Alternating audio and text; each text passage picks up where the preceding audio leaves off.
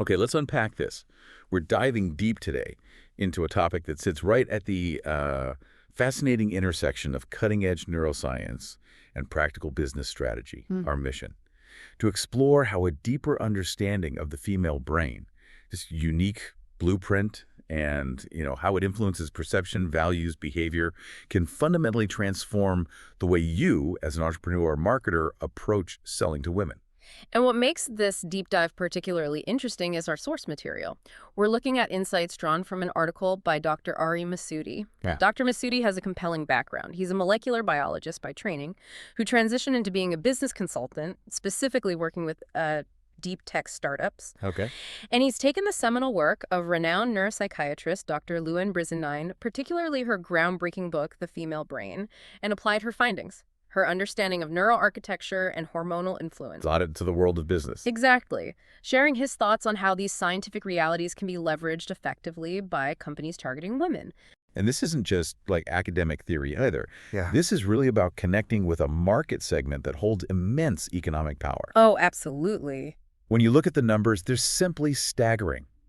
Studies consistently show that women control or heavily influence a massive percentage of purchasing decisions globally. Huge numbers. We're talking between 70 and 80% in places like French households and at least 64% globally. And this isn't just confined to traditional female product categories, is it? No, not at all. It spans industries you might not immediately think of. Financial products, real estate decisions, even DIY supplies, high-tech gadgets. Wow. Influence is really pervasive across the entire market. Yet, despite this undeniable economic reality, Dr. Masudi highlights a persistent and, frankly, costly gap. A perception gap. Yeah, a significant disconnect exists between how marketers think they're portraying and connecting with women and how women actually feel about it. There was that Kantar study. Right, the Kantar study, exactly. It revealed that a striking 91% of marketers believe their advertising portrays women positively. But here's the kicker. Go on. Almost half of the female audience, 45%, still feels women are portrayed inappropriately or, unrealistically. 45%. That's huge. 45%. Think about that. That perception gap isn't a minor issue. It's directly translating into millions, probably billions, in wasted advertising budgets and countless missed opportunities. Missed opportunities to build meaningful, lasting relationships with this incredibly influential consumer group. Precisely.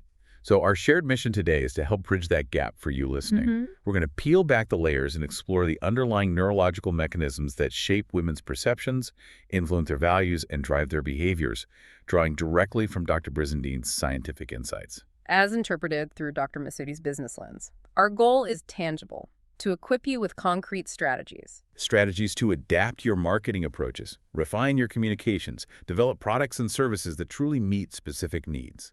And ultimately, build authentic, lasting connections with your female customers. This is really about moving beyond stereotypes and sort of surface-level assumptions. It's about aligning your business strategy with the fundamental biological realities of the female brain. So, are you ready?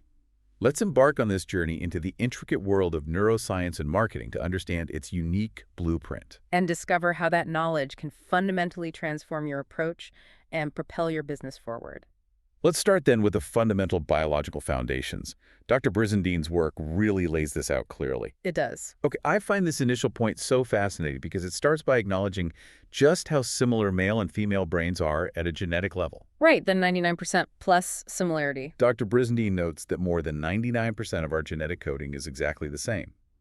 But then, the very next thing she emphasizes is that the less than 1% difference. That tiny fraction. That difference influences every single cell in our bodies, right down to the neurons in our brains. It's a subtle starting point with profound implications. Absolutely. And when you look at the structural level, those implications become observable differences. Yes, on average, men's brains are about 9% larger. Even adjusted for body size. Even after adjusting for body size. But here's the counterpoint.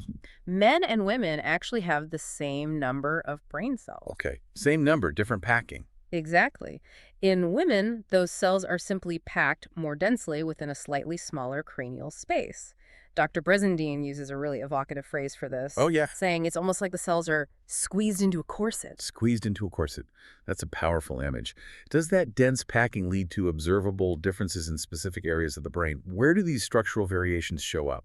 They show up in some really key areas, very relevant to perception and interaction. For example, women on average have 11% more neurons in the language and hearing centers of the brain. 11% more. Yeah. The hippocampus, which is absolutely central to processing emotion and forming new memories, is typically larger in the female brain. Emotion and memory center bigger. Got it.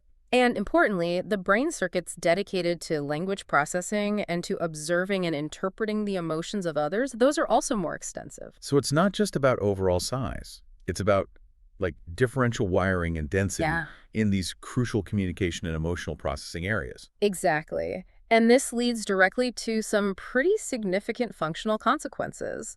On average, women tend to be more at expressing emotions verbally. Hmm. They also remember the details surrounding emotional events with much greater vividness and precision. This isn't just anecdotal, it seems rooted in that underlying neural architecture. That's a crucial point for anyone trying to craft a message or, understand customer feedback. And how does that contrast with the male brain in these same areas based on Dr. Brisendine's work? Well, Dr. Brizendine points to different areas showing relative expansion in the male brain. On average, men have about 2.5 times more brain space dedicated to sexual drive circuitry. 2.5 times. Yeah. They also tend to have larger centers associated with action and aggression. This is even reflected in something as simple as the frequency of sexual thought, Oh, right. crossing the mind multiple times a day for men compared to perhaps once a day for women, maybe 3 or 4 times on peak days. So you see different areas prioritized, different sort of innate tendencies. So if brain structure is the architecture, Dr. Brizendine talks about hormones as the dynamic force, right? The orchestrators. Precisely. If the structure is the foundation and the blueprint, then hormones are the powerful, ever-changing forces that build upon and dynamically influence that structure throughout a woman's life. Their influence is profound. It is. Dr. Brisendine's quote here is striking. The female brain is so profoundly affected by hormones that their influence can be thought of as creating a woman's reality. Creating a woman's reality. That's incredibly impactful phrasing. Yeah. And you said this starts early, even before birth. Yes. Prenatal development sets a different trajectory. The male brain undergoes what Dr. Brizendine describes as a marination in testosterone while still in utero. A marination. Yeah, this hormonal wash actually sculpts the developing brain, reducing the size of certain communication centers while significantly developing centers linked to aggression and sexuality. Okay. The female brain, without that high level of prenatal testosterone, retains and further develops those communication and emotion processing circuits we just discussed. So the hormonal dance begins right at the start, establishing different baseline tendencies. And throughout life, it's not just about menstruation, is it? Estrogen, progesterone, oxytocin, they're constantly influencing perception and decisions. Exactly. Estrogen, progesterone, and oxytocin, the female hormones, play far more complex roles than just regulating the menstrual cycle. They ebb and flow, influencing mood, energy levels, sensitivity to stress, How social interactions are perceived. how risks are evaluated, and even what kind of information the brain prioritizes. This constant flux is the key difference Brizendine highlights. And she uses that brilliant analogy to contrast the male and female hormonal experience, doesn't she? The mountain and the climate. She does. She says the male hormonal reality is more like a mountain that imperceptibly erodes over millennia. Think slow, almost imperceptible change over vast periods. Very steady, stable state. And the female reality. By contrast, the female hormonal reality is more like the climate itself, constantly changing and difficult to predict. Wow. This captures the inherent dynamism and cyclical nature that profoundly impacts a woman's internal state and external interactions on a day-to-day and month-to-month basis. Understanding this constant flux is absolutely critical. Okay, so we have the structural differences, denser packing, larger language, emotion centers in women, and the dynamic influence of hormones creating a constantly shifting climate. Are there specific abilities that emerge from this unique biological foundation? Dr. Masoudi's article refers to them almost as superpowers. What are they? That's a great way to think about it because they really are heightened capabilities compared to the average male brain. The first one is innate empathy. Empathy from the start. Research, even from birth, shows baby girls demonstrating greater reactivity to distressed faces and cries than boys. Studies at Harvard Medical School, for instance, showed baby girls could self-soothe faster by resonating with their mother's state.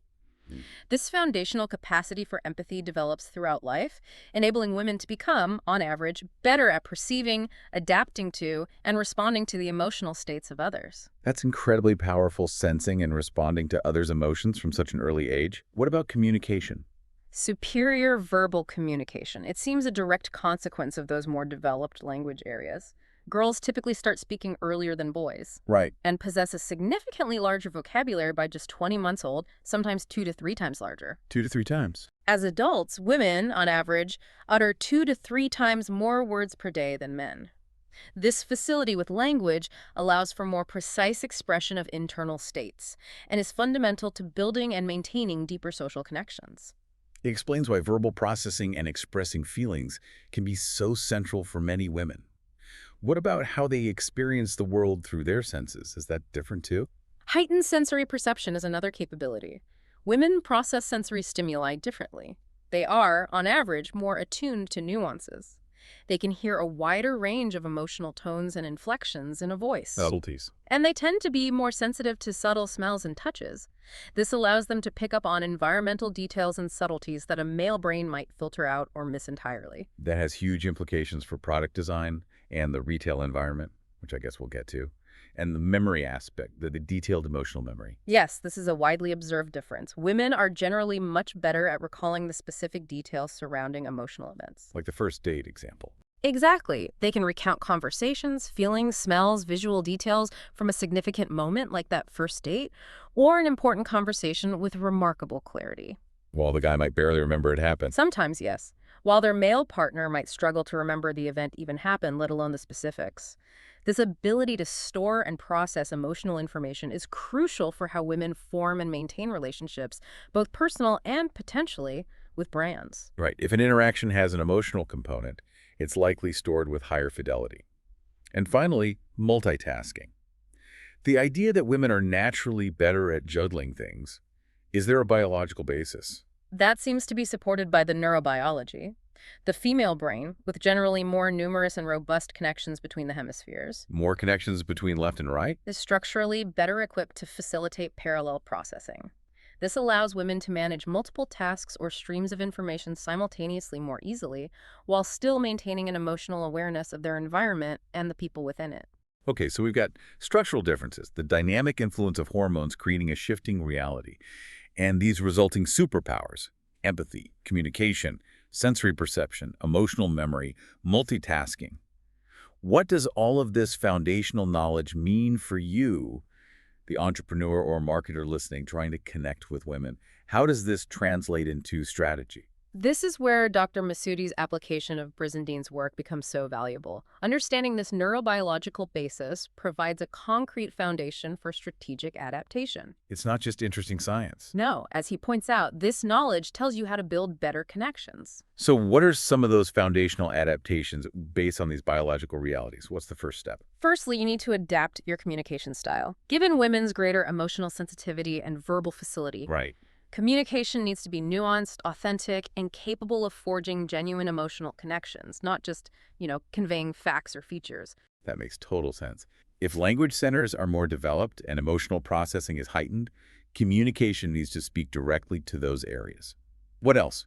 Secondly, you need to design shopping experiences that acknowledge that heightened sensory perception. The details matter. Details matter: colors, textures, sounds, even smells in a physical space, or visual richness and intuitive navigation online. The environment isn't just a backdrop, it's really part of the message itself. Right. Dismissing those details would mean ignoring a fundamental way the female brain interacts with the world around it. Exactly. Thirdly, you need to actively create brand relationships that recognize and value women's innate ability for empathy and connection. Build relationships, not just transactions. Precisely. Women are wired for building relationships, and they often expect brands to engage in a similar way consistently, empathetically, and authentically over time. So it's not just about a single sale. It's about fostering a relationship that respects that relational wiring. And finally, addressing the influence of hormones. How does that play in? Yes, fourthly, You need to develop products and services that can potentially meet specific needs during the different hormonal phases of a woman's life. It sounds quite specific. It might sound overly specific, but understanding these shifts can inform product design, service offerings, and even the timing of marketing messages to be more relevant and helpful. Now, it feels important to pause here and reiterate a point Dr. Brizendine makes strongly, and which Dr. Masudi echoes. Understanding this biology is a foundation, but it's not deterministic destiny, right? It doesn't mean every single woman will fit this exact description. Absolutely not. Biology provides a powerful influence, a sort of statistical tendency, but it doesn't lock in an individual's reality. Okay. A woman's personal experiences, cultural background, social environment, and individual choices all interact with her biology in complex ways. So it's nature and nurture. Exactly. Dr. Brizendine is very clear that denying the biological influence is fighting against nature, but reducing women solely to their biology is equally wrong and, frankly, insulting. So the challenge for marketers isn't to stereotype based on biology, Definitely not. but to use this understanding to create strategies that are more resonant, respectful, and ultimately effective because they acknowledge these underlying tendencies without being reductive. Precisely. It's about building strategies that align with neurobiological reality in a way that celebrates individuality and agency. It's a nuanced approach that moves beyond simplistic, often incorrect assumptions. Speaking of nuance, Dr. Brizendine's work isn't just about a static female brain. She talks about distinct phases throughout a woman's life, each shaped by these shifting hormonal landscapes. Crucial point. Understanding these transitions seems absolutely essential for marketers trying to connect authentically over the long term. It really is. These phases aren't just markers of age. They are periods characterized by specific hormonal environments that fundamentally reshape a woman's perceptions, priorities, and behaviors. And ignoring them means Ignoring them means your message might resonate at one life stage but fall completely flat or even feel irrelevant or alienating at another. You lose connection. let's start with that tumultuous period, adolescence. Dr. Brizendine's description is famously concise, drama, drama, drama. Yes. This marks the end of the juvenile pause, where hormones were relatively quiet.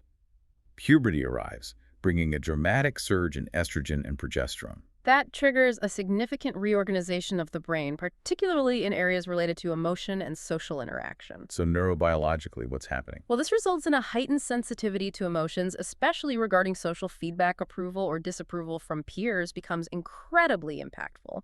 Self-confidence can literally fluctuate on a weekly basis, Weekly what? tied to those rising and falling hormone levels influencing how feedback is processed. And the social aspect is huge here, isn't it? The intense need for connection. Absolutely fundamental. Estrogen stimulates the production of oxytocin and dopamine, creating a powerful neurochemical reward, almost a high from bonding with peers. So it's biological. This biologically drives the intense focus on social connection. And while societal pressures certainly exist, concern for appearance is also biologically programmed during this phase, linked to reproductive maturity signals, regardless of media influence. Okay, so for brands targeting teenage girls, marketing implications flow directly from this. You need to create spaces that facilitate social connection, because that's what their brains are craving. Exactly. Brands that build community, encourage sharing on social platforms, or host events that bring teens together are aligning with this biological drive. And acknowledging the emotional side. Acknowledging emotional volatility in messaging, but doing so empathetically and without condescension, can build genuine trust because it shows understanding. And while appearance is important, promoting healthy, diverse body images resonates more authentically with this audience's own fluctuating self-perception. And even timing might matter. You mentioned that earlier. Potentially, yes. Receptivity could vary across the monthly cycle. Lighter, more social content might land better in the first half of the cycle when estrogen is higher, perhaps, while more introspective content might resonate at other times. It requires sensitivity and testing.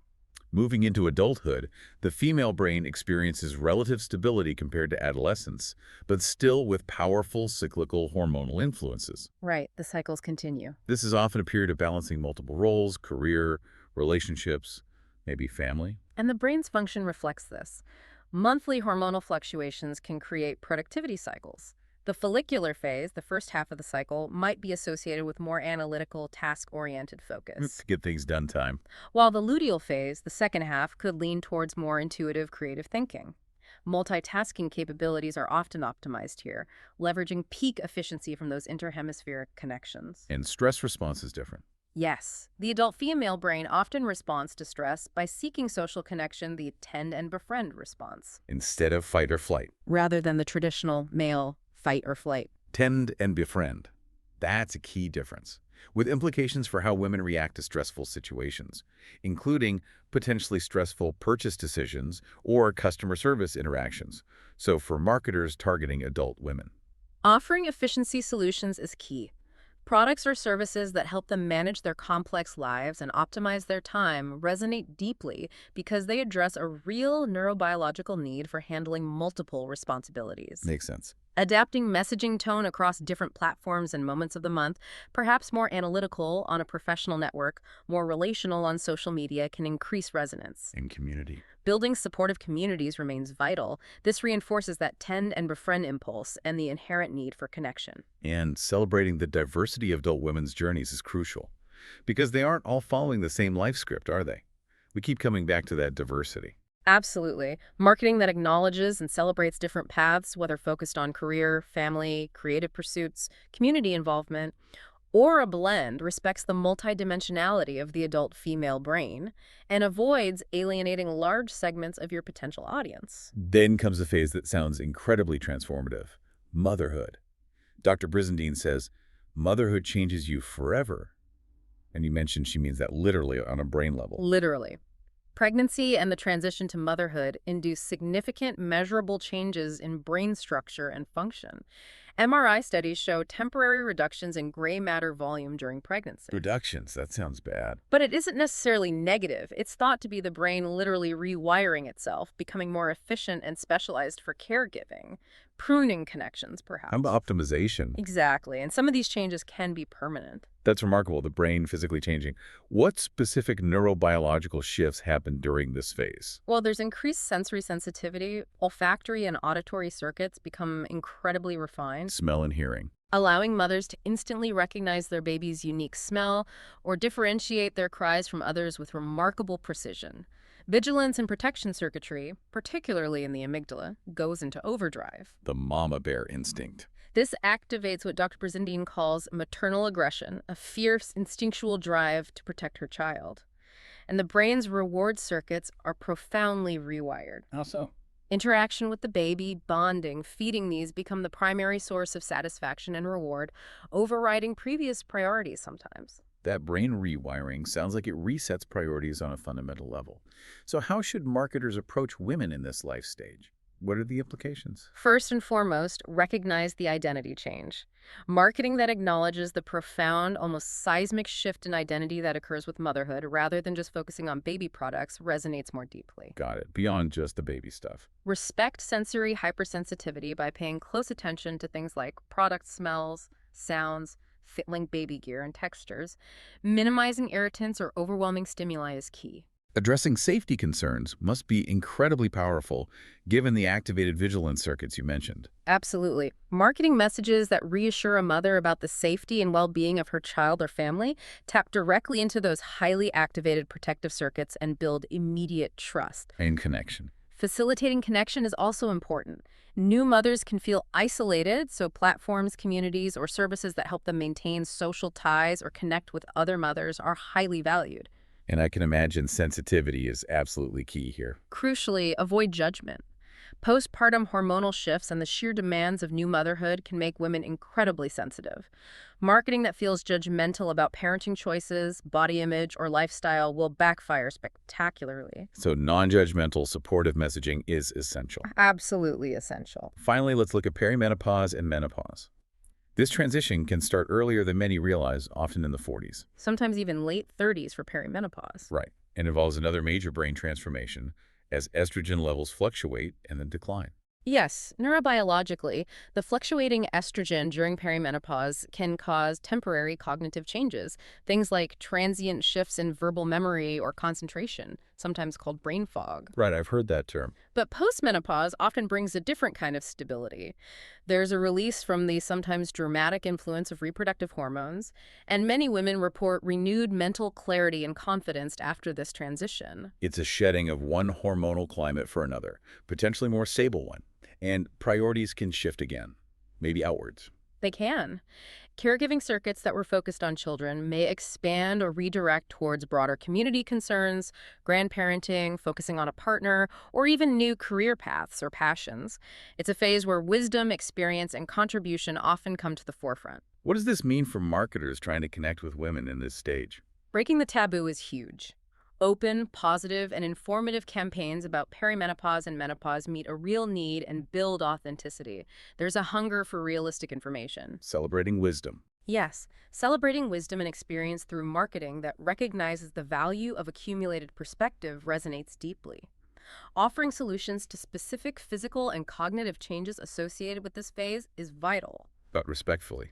But it must be done respectfully without pathologizing what is a natural life transition. And recognizing those changing priorities you mentioned, towards community or legacy. Exactly.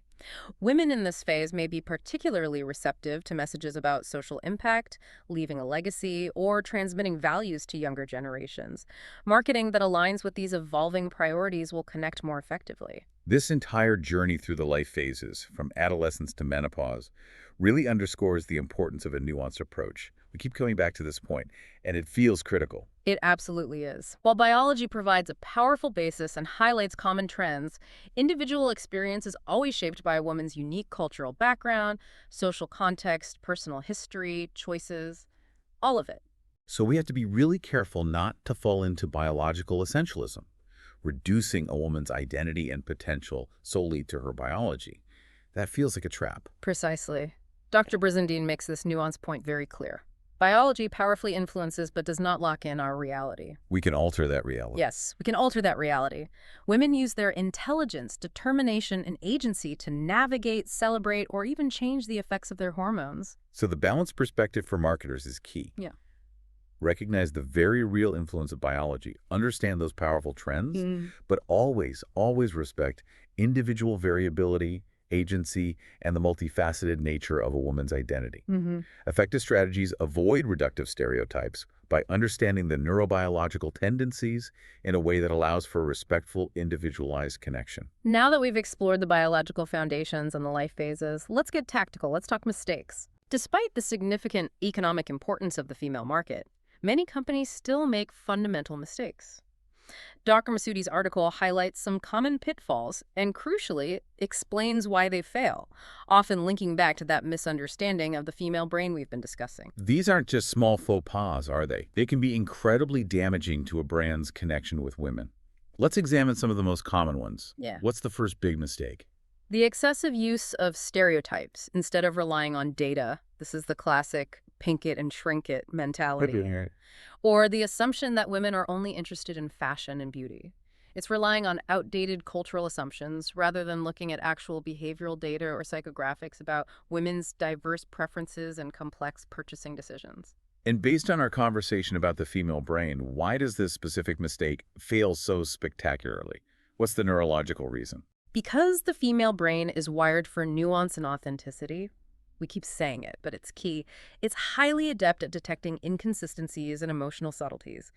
When a brand relies on simplistic, stereotypical portrayals, Alarm bells ring. it immediately activates brain centers involved in social analysis and intent detection. It feels inauthentic. It triggers distrust. It triggers that something's off alarm. Exactly.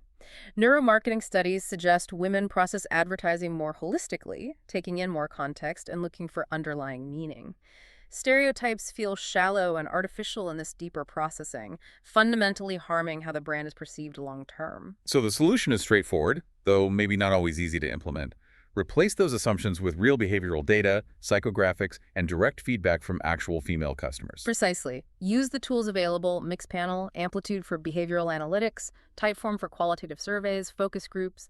These can provide a truly nuanced understanding. Any examples? The fintech company Elevest is a great example. They specifically targeted women but didn't use generic assumptions about women and money. They did extensive research into women's actual financial goals, their attitudes towards risk, their communication preferences, And built the platform based on that. built their platform based on that data. The result, rapid growth and fierce loyalty from their female users because it felt like it was truly built for them. Okay, another pervasive mistake seems to be focusing only on the mother or beauty angles. This feels like a massive oversimplification of women's lives. It is. This narrow focus ignores the vast majority of women who don't fit neatly into those boxes, or who have many, many other dimensions to their lives. My. Women in leadership roles, in tech fields, gamers, engineers, solo travelers, sports fans, artists, their interests are incredibly diverse and often overlap. And neurobiologically, why does reducing a woman to just one of these roles create such a disconnect? How does the brain react? Because the female brain is fundamentally multidimensional. It's capable of juggling multiple identities, roles, and interests simultaneously. That connectivity again. Partly thanks to that greater connectivity between hemispheres we discussed. When a brand reduces a woman to just one aspect, solely a mother or solely focused on appearance, it creates cognitive dissonance with her lived experience. It feels wrong. It doesn't match reality. It activates brain centers looking for social inconsistencies, leading to alienation and a feeling that the brand just doesn't get her at all. It's like being handed a piece of a puzzle when you know you're a whole picture. The solution, then, is to broaden the lens, use data to understand the real interests and roles of your female audience segments. Exactly. Develop data-driven personas that reflect the complexity and diversity of modern women. REI's Force of Nature campaign is a powerful example. They celebrated women engaging in outdoor activities, focusing on strength, adventure, competence, not just appearance or family roles. This resonated really strongly, increased sales among women, and reinforced REI's image as truly inclusive. Okay, the third mistake. Using empowerment themes without concrete follow-up. This feels particularly relevant now. Window feminism is a term I've heard. It is.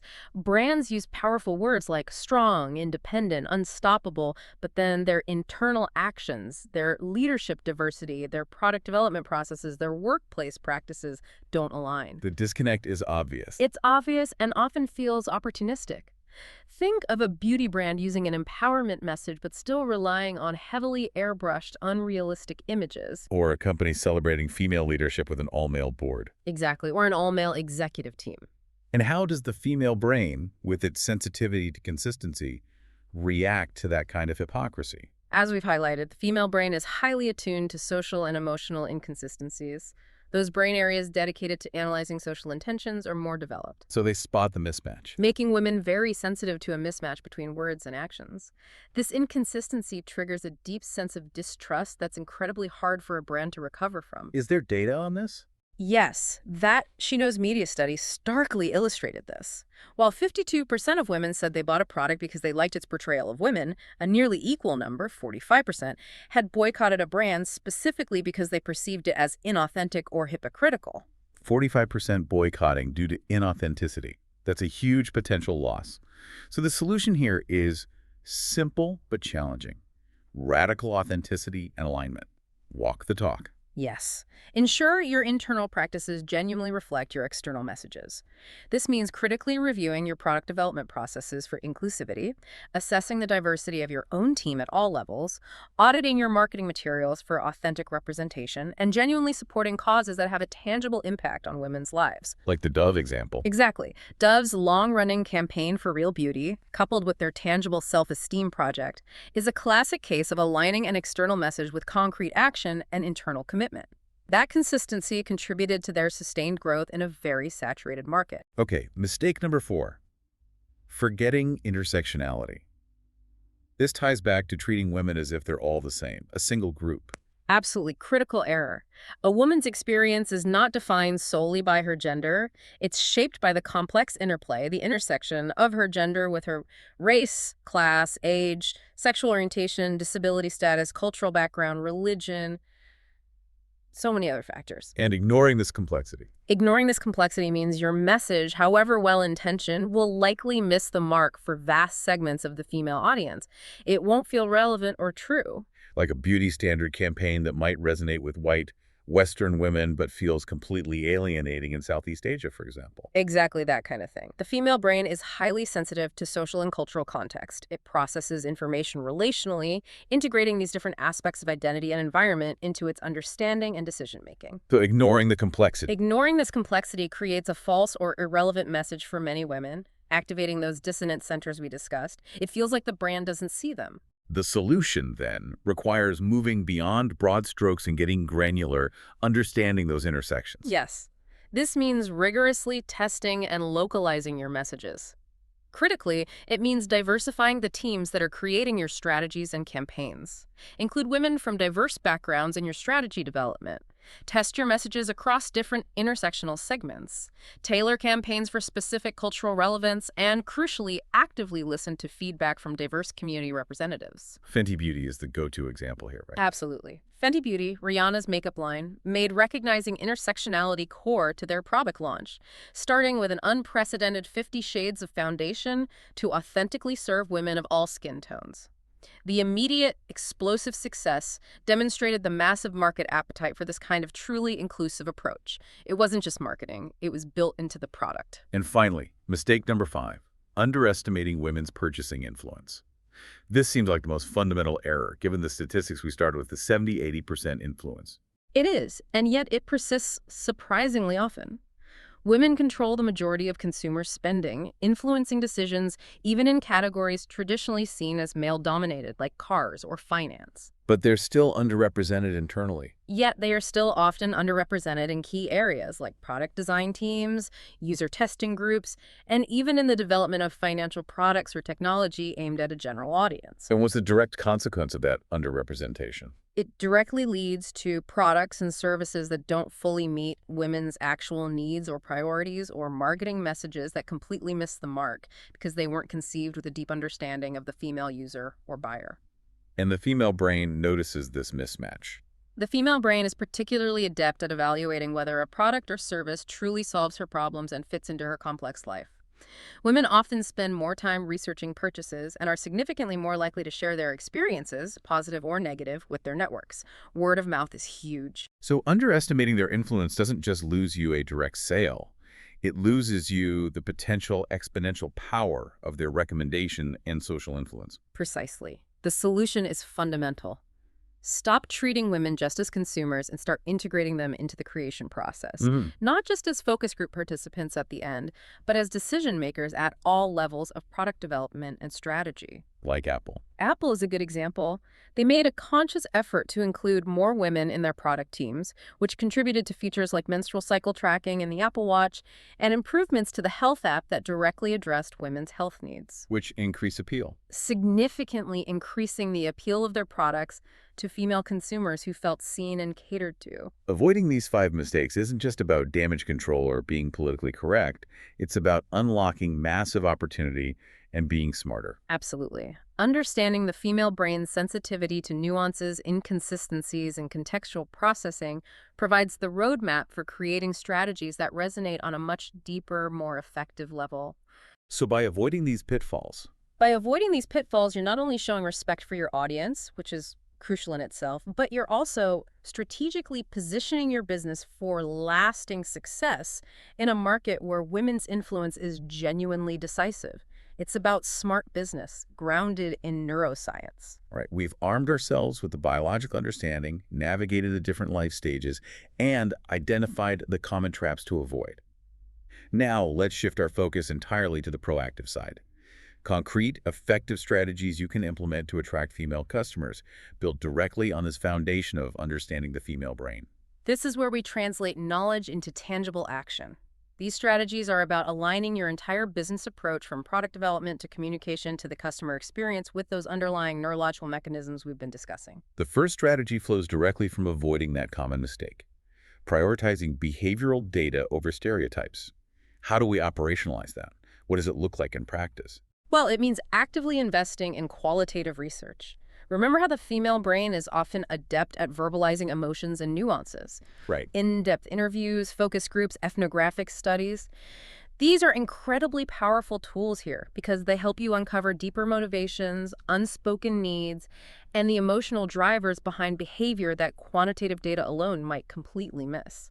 So getting beyond what they do to understanding why they do it and how it makes them feel, the context. Exactly. You also need to rigorously analyze actual purchase journeys using behavioral analytics tools. Observing how women interact with your website, your app, or your physical store reveals patterns that they might not even be consciously aware of, But conscious drivers. but which are driven by underlying cognitive processes. This objective data is gold. And segmenting beyond just women is crucial, right? Because women aren't a monolith. Absolutely.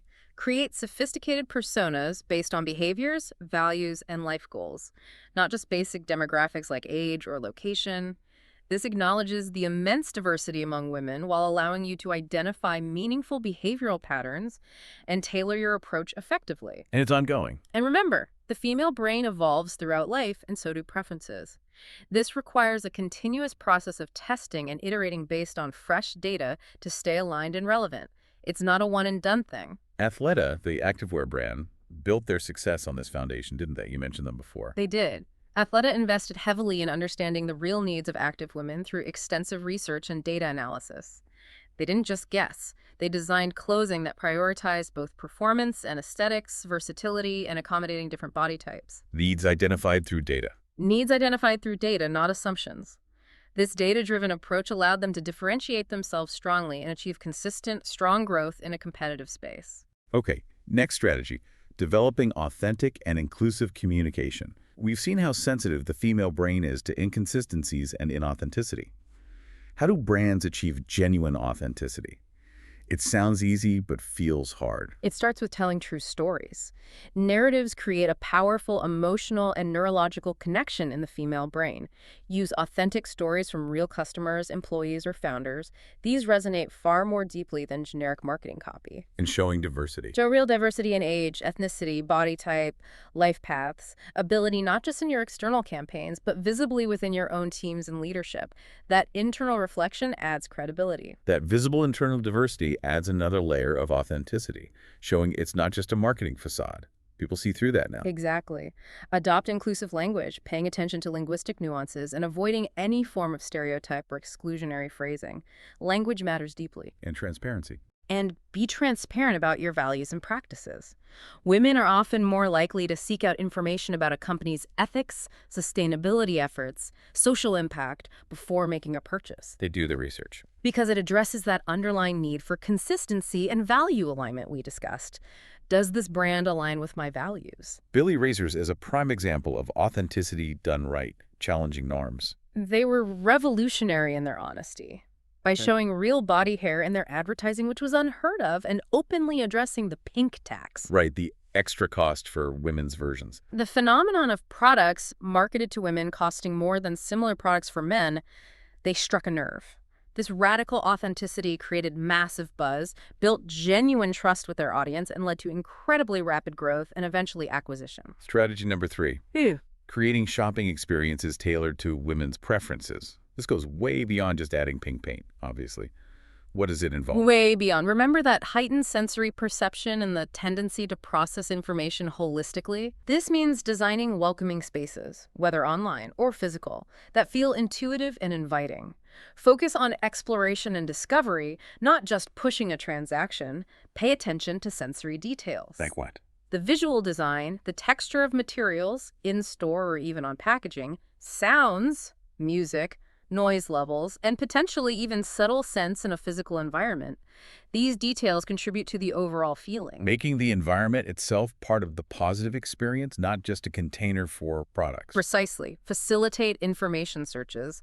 Women generally do more research before purchasing, so make detailed product information, comparisons, and authentic customer reviews easily accessible and well-organized. Don't make them hunt for it. And social connection. Create opportunities for social connection within the shopping experience, perhaps through integrated community features online, user forums, or inviting communal spaces in-store where people can linger or interact. And personalization, making it feel like it's for them. Yes. Personalize the experience using data ethically to provide relevant recommendations and acknowledge past interactions. This responds to that neurobiological need for recognition and validation. Sephora famously revolutionized beauty retail by combining sensory testing stations, touch, smell, see, easy access to detailed product information and reviews, and building a strong community through their Beauty Insider program. It was a holistic experience. Okay, next strategy. Developing products that truly meet the specific needs of women, moving past the shrink it and pink it trap once and for all. This requires a deeper understanding of female physiology and how products actually fit into their complex lives. First step, involve women directly in the design process. Not just at the end. Not just as end users providing feedback on a nearly finished thing, but as decision makers on product teams from the very beginning. This cognitive diversity is essential for identifying nuanced needs and use cases men might overlook. And adopting a holistic approach. Adopt a holistic approach to product development. Women often consider products in the context of their overall well-being, relationships, and values. How does it fit my life? Exactly, which is linked to the female brain's greater connectivity and tendency for contextual processing.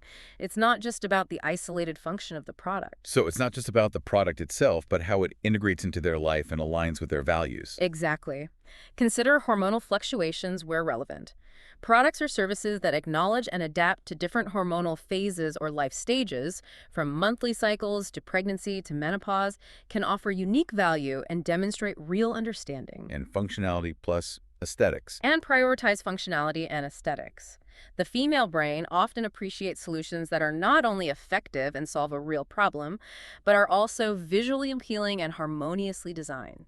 Form and function together. Lululemon is a great example here, isn't it? With their focus on both. Lululemon achieved immense success by conducting deep research into the mechanics of female movement and developing innovative fabrics and designs specifically for active women. They didn't just make smaller men's clothes. Right. They combined this functionality with a strong, distinct aesthetic appeal.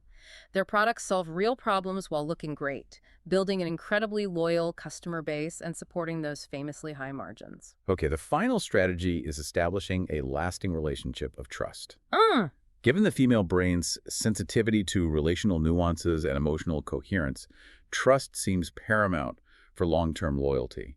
How do you build and maintain it? It is the absolute foundation. First, prioritize long-term consistency. Your brand messages, your values, your actions must be consistent across all touch points and over time. No flip-flopping. This consistency meets the neurobiological need for predictability and reliability. Create meaningful loyalty programs that go beyond simple transactional rewards. What's hard enough? Build a sense of belonging, recognition, and social validation within your brand community. Make people feel like valued members. Making customers feel like valued members, not just entries in a database. Precisely. Actively solicit and genuinely integrate feedback. Create easy channels for customers to share their thoughts and, crucially, show them that their contributions are valued and actually influence product improvements or service changes. This addresses the deep need to be heard and valued. Closing the loop. Exactly. And authentically support causes aligned with your brand values and your audience's priorities. Women are generally more sensitive to a brand's social impact, and genuine, consistent engagement here strengthens loyalty immensely. It can't feel like a PR stunt. Glossier has mastered this relational approach, haven't they? Yeah. Building that community. Glossier built their brand on community and trust from day one. By involving customers directly in product development, what should we make next? Being transparent about their process, and maintaining a consistent aesthetic and voice, they created a community where customers felt heard and valued. So customers became advocates. This authentic relationship turned customers into powerful brand ambassadors, driving significant growth through word of mouth and maintaining a very high recommendation rate. So these aren't isolated tactics, data, authenticity, experience, product, trust they need to be part of an integrated, cohesive approach. Absolutely. These strategies are components of a holistic approach that recognizes the complexity and dynamism of the female brain. Brands that truly succeed with women create an integrated, authentic, and responsive experience across every single interaction point, from the first ad they see, to the product they use, to the customer service they receive after the sale. And that success is driven by leveraging this understanding of neurobiological mechanisms to create authentic resonance and lasting value. It's not just fluff. Exactly. It's about smart business built on scientific insight leading to deeper connections. So how do you take everything we've discussed, the biology, the phases, the mistakes, the strategies, and actually translate it into concrete actions for your business starting today? What are the first steps? That's the critical next step, right? Applying these insights requires a structured approach. Otherwise, it just remains interesting information but doesn't actually drive change in your organization. Let's think about adapting communication first. We talked about favoring rich language, emotional connections, potentially adapting tone. Yeah. How do you start doing that practically? Okay, given the female brain's processing style, one concrete step is to audit your current messaging. Right now, look at your website, your emails, your ads. Are you using rich, nuanced language, or is it overly simplistic, generic, or maybe filled with unexplained jargon? Be honest with yourself. Can you incorporate more detailed stories, maybe case studies or testimonials that include sensory and emotional details, not just facts and figures? Remember, connection comes from resonance, that feeling of being understood, not just information transfer. Can you give an example? A financial technology company, instead of just listing security features, could tell the story of how a specific feature gave a particular woman peace of mind during a stressful life event, using her own words to describe the emotional relief and the practical impact on her life. So focusing on the human outcome, the feeling, the so what, not just the technical detail, and creating authentic emotional connections. How do you do that without seeming fake? Yeah, it requires being willing to show vulnerability or imperfection where appropriate, and prioritizing authenticity over polished perfection, which can feel sterile. Can your brand share behind-the-scenes glimpses that feel real? Like showing the process. Showing the process, the people involved. Can your customer service training emphasize empathetic listening and validation, not just quick fixes? Creating moments of recognition in your messaging, phrases, or scenarios that women instantly relate to and think, yes, they get me, activates those social connection circuits powerfully. Give me an example of that recognition. Think of a personal care brand showing a real moment of relatable struggle, like messy morning hair or a sudden skin breakout, alongside the aspirational outcome. It's that relatable vulnerability that builds connection. And the idea adapting tone by hormonal phases, that sounds really complicated for a general marketing campaign. How would that even work? It is nuanced and requires data and sensitivity. It might not mean individual targeting based on cycles for most brands, but it could mean diversifying your overall content calendar. Ensure you have a mix of content. Different types of content. Content that appeals to both analytical processing, like data-heavy infographics, comparison charts, and intuitive emotional processing, like emotionally resonant narrative videos, user stories. For industries like wellness or fitness apps, it could involve tailoring content suggestions based on cycle tracking data the user provides within the app. If they opt in. Acknowledging that energy levels, mood, and training needs can vary throughout the month. It's not about rigid rules, but recognizing potential windows of greater receptivity for certain types of messages and offering variety. Okay, moving to products and services. How do we ensure they meet women's specific needs based on this understanding, going beyond just assumptions? First, actively integrate women into the design process at all levels. Seriously. Go beyond just asking for feedback on a finished prototype designed by men. Have women involved in identifying the problem the product should solve in the first place. Get them in early. Get them in early and give them real influence. Given the female brain's multidimensionality and tendency for multitasking, design products for versatility. Can a single product serve multiple functions or adapt easily to different contexts within her busy life? Can it facilitate those transitions between roles we discussed? An example of versatility. Think of a piece of clothing that genuinely works for a professional meeting, then a casual dinner, then travel, without looking out of place or requiring a total change. Or tech that integrates different life management aspects smoothly. Focusing on flexibility and efficiency within complexity. What about biological specifics, ergonomics, hormones? Don't just scale down products designed for men that rarely works well. Ensure ergonomics are truly based on female anatomy and anthropometry. If you're in health or wellness, research how hormonal variations might impact the effectiveness or required dosage of a product, or tailor nutritional recommendations based on life stage needs. Like supplements. As a supplement company might do by offering distinct formulas for puberty, reproductive years, perimenopause, postmenopause, recognizing different physiological needs. And valuing social connection in product design. How does that work? Yes. Think about how your product or service itself can facilitate connection. Can you build community features directly into your app? Can you design a physical space or an online forum where users can connect around your product or shared interests related to it? Make the product a hub. Are your communication interfaces designed to allow for richer, more nuanced interaction, reflecting the female brain's preference for verbal depth and connection? A fitness app could add features allowing friends to easily share progress, challenge each other empathetically, not just competitively, or celebrate milestones together, transforming a potentially solitary activity into a shared, supportive one. Okay. Finally, building lasting trust. We know it's crucial. How do you establish and maintain that deep sense of confidence with female customers day to day? Practice total transparency. We talked about this, but it bears repeating. The female brain is looking for consistency and authenticity. Communicate openly about your supply chain, your ingredients, your manufacturing processes. If something goes wrong, own it honestly and explain what you're doing about it. Don't hide. Don't hide. Sharing behind-the-scenes content showing the real people making the product, the development challenges, even initial failures, builds immense trust by demonstrating authenticity and vulnerability. A cosmetics brand could release videos showing the rigorous, sometimes imperfect, trial and error process in their labs before a product is perfected. It makes it real. Authenticity seems to breed trust because it aligns with that drive for detecting consistency and truthfulness. What about dialogue? How do you make it real? Create an authentic dialogue. This isn't just a suggestion box you ignore, it's active listening. Respond thoughtfully and personally to comments and feedback, showing that you've heard and genuinely valued their input. Train your customer service team not just to solve technical issues quickly, but to respond with empathy, acknowledging and addressing the emotional aspect of a problem. And co-creation. And where possible, co-create with your community. Involve your most engaged customers in product development sessions, beta testing, or brainstorming for new services. Ask their opinions before you finalize things. Making them partners, not just passive consumers. That builds ownership. Exactly. It builds loyalty on a much deeper, more resilient level. And demonstrate consistent commitment over time. Your brand promises must hold true across every interaction and over the long term. Show that you understand that your customers' needs evolve throughout their lives and your offerings should potentially evolve with them. And celebrating loyalty. Celebrate loyalty in ways that feel personal and meaningful, going beyond purely transactional rewards to foster that sense of belonging and recognition.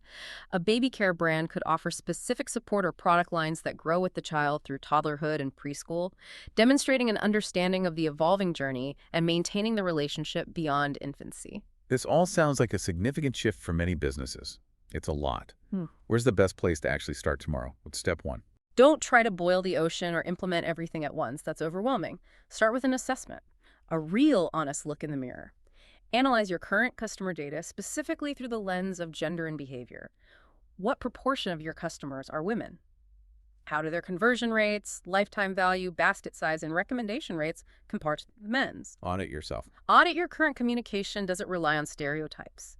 Is the imagery diverse? Is the language inclusive and authentic? Evaluate your products and services. Were they truly designed with women in mind from the start, or just adapted later? Or not at all. Get a clear picture of where you are now, warts and all. Yes. Second, based on that assessment, set specific, measurable goals. Don't just say, connect to better with women. What does that mean? Do you want to increase conversion rates among a specific female segment by 10%? Improve brand perception regarding authenticity in your next survey. Increase customer satisfaction scores among women by 15 points. Goals can be quantitative or qualitative, but they need to be clear. And then bite-sized implementation. Small steps. Precisely. Implement incremental changes. Start with a pilot project. Maybe it's redesigning the messaging and imagery on a specific product landing page, launching a new community feature for a subset of users, or involving a diverse group of women in the early design phase for one new product. Test and learn. Define clear metrics for that pilot based on your goals. Measure the results rigorously. Learn from what happens, what worked, what didn't, why. Iterate and improve based on that feedback and data, and then scale the successful changes to other areas of your business. It's a process. It's a process of learning and adaptation, guided by these insights into the female brain, not just guesswork. Exactly. And the competitive advantage here is significant. Let's be clear about that. In today's crowded and competitive market, a deep understanding of the female brain isn't just a matter of fairness or, being woke. It's a matter of pure business intelligence. It's strategic. Companies that successfully translate these neurobiological insights into authentic, relevant, and meaningful experiences for women will inevitably capture a much larger share of that immense purchasing power. And they build lasting brand relationships that are far more resilient to market fluctuations, price wars, or competitor noise than those based on superficial tactics or outdated stereotypes. Trust is sticky.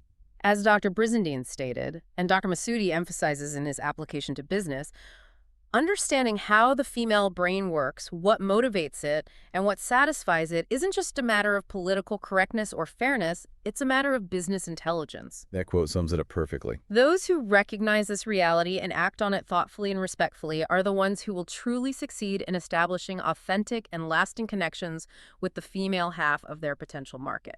It's where the growth is. Wow, that truly was a deep dive into a fascinating and I think really crucial intersection of neuroscience and business. We've journeyed from the subtle but significant biological foundations of the female brain, its structure, the dynamic influence of hormones, those resulting superpowers, Empathy, communication. through the distinct, hormonally shaped phases of a woman's life, each offering unique insights and challenges for marketing effectively. We've shone a light on common, costly mistakes that stem from misunderstanding this neurobiological reality stereotypes, narrow focus, inauthenticity, ignoring intersectionality, underestimation. And then laid out concrete, actionable strategies grounded in that deeper understanding. Strategies for creating authentic connections, developing products that truly meet needs, tailoring experiences, and building that essential lasting trust. All illuminated by Dr. Brizendine's foundational research as applied through the business lens of Dr. Ari Masudi. The core message throughout this deep dive, for me at least, is clear. Understanding the neurobiological specificities of women isn't some fringe nice-to-have topic. It's a strategic imperative for thriving in the modern economy. You ignore it at your peril. And remembering that crucial balanced perspective is key. Biology provides a powerful influence, yes, a set of tendencies, but it doesn't dictate every single aspect of reality. It's not destiny. The goal here is not to reduce women to their biology or put them in a new box, but to understand that influence respectfully, to create marketing and products that are truly relevant, authentic, and effective because they align with that underlying framework while respecting individual agency and diversity. In a world where women control or influence such a decisive proportion of purchasing decisions, that 70 to 80% number is just too big to ignore. Connecting with them on a deeper, more authentic level, driven by real understanding, isn't just smart business. It drives sustainable growth, it fosters genuine loyalty that's hard to break, and frankly, it contributes to a more respectful and intelligent marketplace for everyone. So as you wrap up this deep dive and consider your own approach to the female market, here's a thought for you, the listener, to mull over, a question to sit with. Does your business right now, today, truly speak to the female brain? Are your products, your services, your communications genuinely designed with the specific neurobiological tendencies and life phase transitions of women in mind? Or are you still, perhaps unconsciously, relying on outdated assumptions or generic approaches? If that question sparks curiosity or highlights areas for improvement, and for most businesses, it probably will. The insights and strategies we've shared today offer a valuable starting point. A roadmap? Maybe. Now is the time to move beyond stereotypes and superficial approaches that just don't work anymore. Use these insights to honestly evaluate where your business stands, set clear goals for connecting more authentically with women, and start implementing those incremental data-informed changes based on real understanding. Your business and your female customers will both be profoundly better for it.